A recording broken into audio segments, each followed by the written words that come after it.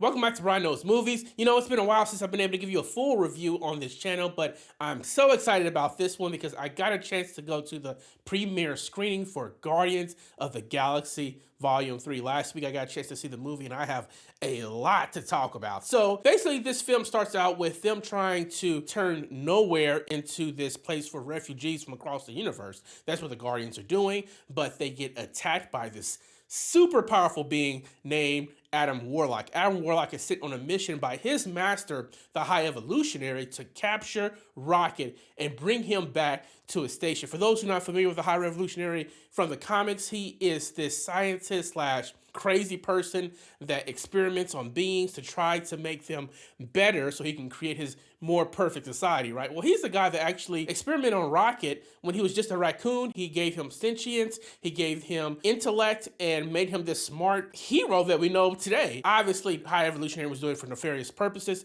and he wants Rocket because he wants to disassemble Rocket so that he can get to his brain and study his brain and what went so well in Rocket that's not going well in some of his other creations. Anyway, Adam Warlock, he comes in there, he wrecks shop. They're able to defeat him and get him out of nowhere, but Rocket gets seriously injured. He's hurt bad. He could die. So they hurry up, try to do surgeries, try to get the med pack on him, but there is a mechanism inside Rocket placed there by the High Evolutionary that will explode if they try to do any type of life-saving treatment on him. So they are on a mission to find the High Evolutionary to figure out how to get this thing out of Rocket so that they can save his life. And that's what the movie is basically about. So there's so many things I want to talk about in this film, but of course this is non-spoiler, so I'm not going to get into the details, but I'm going to talk overarchingly about what makes this movie so great. Now, I was not expecting that Rocket's story was going to be so tragic. He probably has the most tragic backstory of any superhero and pretty much any villain in the MCU today. You can probably say that Gore the God Butchers is probably sadder than he is, but that's the only one I can think of all the characters that we've received so far. His stuff is tragic. It is heartbreaking.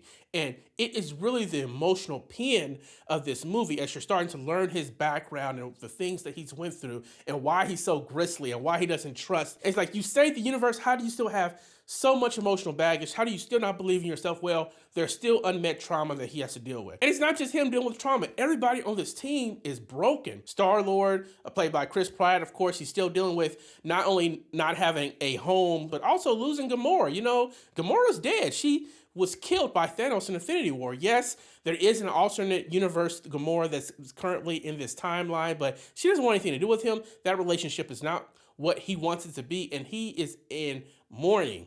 You have Mantis, played by Pom Klementieff, who is trying to find her own voice, and she's trying to support her brother. Yes, if you haven't seen the holiday special, Star-Lord and Mantis are brother and sister. Definitely check out the holiday special, it's great. You have Nebula, played by Gillam. She's trying to hold things together. She wants to support Star-Lord, and she understands because she's also is dealing with a different alternative version of her sister. They all have to put that to the side to save Rocket, and that's really what the heart of this movie is. Some of the things that I love also is that this movie is probably the best looking film that they've had since Phase 3. I think it looks better than any film that happened in Phase 4. Of course, you might say that Black Panther or Shang-Chi might give it a run for its money, and if anybody says that, I wouldn't fight it, but I just think that this is just the most crisp looking effects that you're going to see. It looks great. The animation of Rocket and Groot, they look great as always. This is a very visually stunning film. There are some action sequences in this film that are some of the best in the MCU so far. There's a fight sequence towards the end of this film that was so good that I actually got a notification from my Apple Watch that I had a high heart rate because it was really heart pumping. It was heart pumping action. You think that that's stereotypical until it actually happens to you. And you also get some team dynamics that you're missing because we haven't had a team since 2019, since Avengers Endgame, and you miss that type of teamwork and the going back and forth, the joking on each other, the conflicts, the resolution.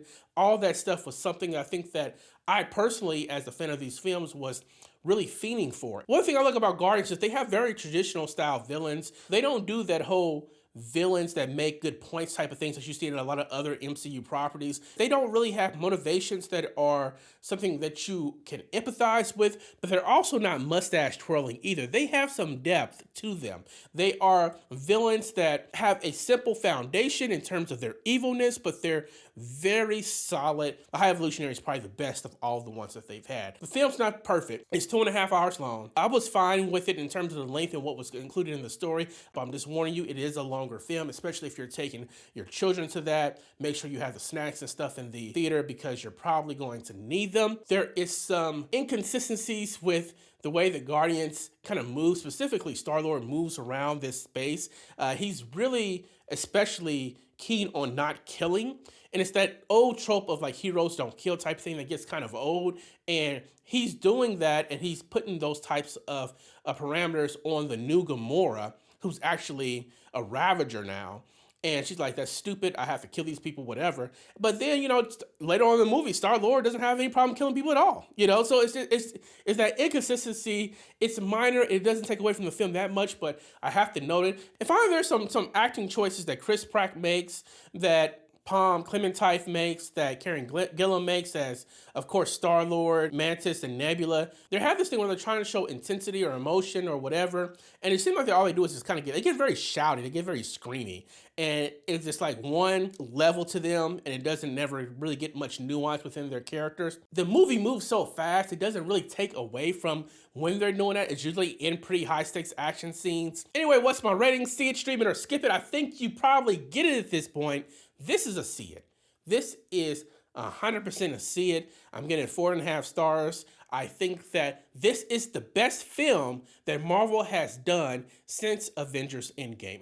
It beats everything that happened in Phase 4. I thought about it, and I thought about it. It doesn't get any better than this since pre-pandemic, really. They really knocked this one out the park. It solidifies my opinion that Guardians of the Galaxy is the best property within Marvel. It's been so successful in terms of giving us very quality stories and characters that you love. I think it's been handled better than Thor, Iron Man, Captain America, you name it. Ant-Man, this has been the best property. And also, lean in, this is my hottest take ever. Rocket is a top 4 or 5 character in all of the MCU after this film, in terms of his writing, in terms of the portrayal of him on camera, in terms of his importance. Remember, he is one of the main reasons why they were able to bring everybody back. And I'm going to say 4. After Iron Man, Captain America, and Thor, Rocket might be my 4th in terms of significance, importance, and most perfectly written character in this whole MCU franchise. He was so important in terms of Avengers Endgame and Infinity War. He's great in all 3 Guardians of the Galaxy movies. He's great anytime he shows up anywhere else. Really, really strong character. And I wasn't there until after I saw this film and it started ruminating in my head. Of course, you can put Black Panther in there. Of course, you can maybe say that it's Nick Fury or the Hulk. There's a couple of other candidates there. So if you want to interject those, then by all means. I think that Rocket is my number 4 character in all the MCU. Anyway, what do I know? I'm just a guy that loves movies. If you're planning to see Guardians of the Galaxy Volume 3, come back and let me know what you think in the comment section below. If you're not planning to see it, I really need to know why. This movie deserves to be seen in the biggest, loudest theater that you can find. So that's just my opinion as a guy that knows movies. If you disagree, come back and let me know. If you go see it and you're underwhelmed, come back and blast me. Tell me why this movie doesn't work for you. But also, if you go see it and you love it, come back and tell me that as well. Thank you so much for continuing to support the channel, and I will see you at the theaters next week.